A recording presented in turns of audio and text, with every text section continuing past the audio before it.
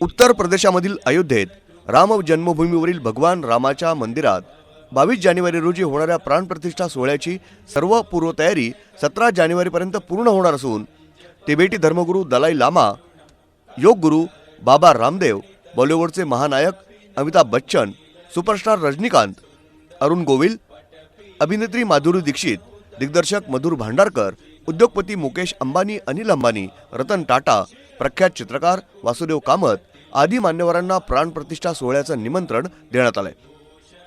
राम जन्मभूमी तीर्थक्षेत्र या ट्रस्टचे महासचिव चंपतराय यांनी सोमवारी ही माहिती दिली आहे।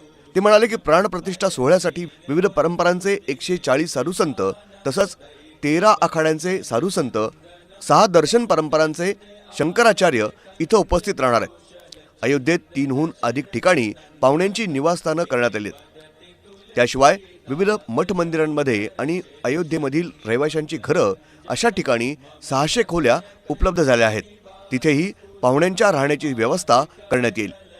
श्री राम जन्मभूमी तीर्थक्षेत्र या ट्रस्टचे महासचिव चंपतराय यांनी याविषयी माहिती दिली आहे। प्रकृतीच्या कारणाखाली आणि वृद्धापकाळामुळे माजी केंद्रीय मंत्री लालकृष्ण अडवाणी आणि भाजपाचे ज्येष्ठ नेते मुरली मनोहर जोशी हे भगवान रामाच्या मंदिरातील प्राणप्रतिष्ठा सोहळ्यात उपस्थित राहू शकणार नाहीत।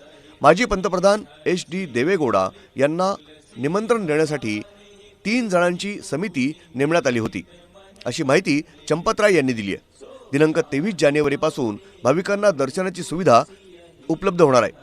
ट्रस्टचे महासचिव चंपतराय यांनी सांगितलंय की भगवान रामाच्या मंदिरातील प्राणप्रतिष्ठा सोहळ्यासाठी 16 जानेवारी रोजी पूजेला प्रारंभ होणार आहे। प्राणप्रतिष्ठा सोहळा 22 जानेवारीपर्यंत सुरू राहील।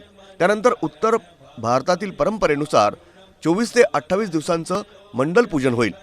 23 जानेवारीपासून या मंदिरात जाऊन भाविक रामललाचं दर्शन घेऊ शकणार आहेत। ब्युरो रिपोर्ट, न्यूज डेस्क, महानगराची लाईफलाईन, मेट्रो न्यूज, अयोध्या।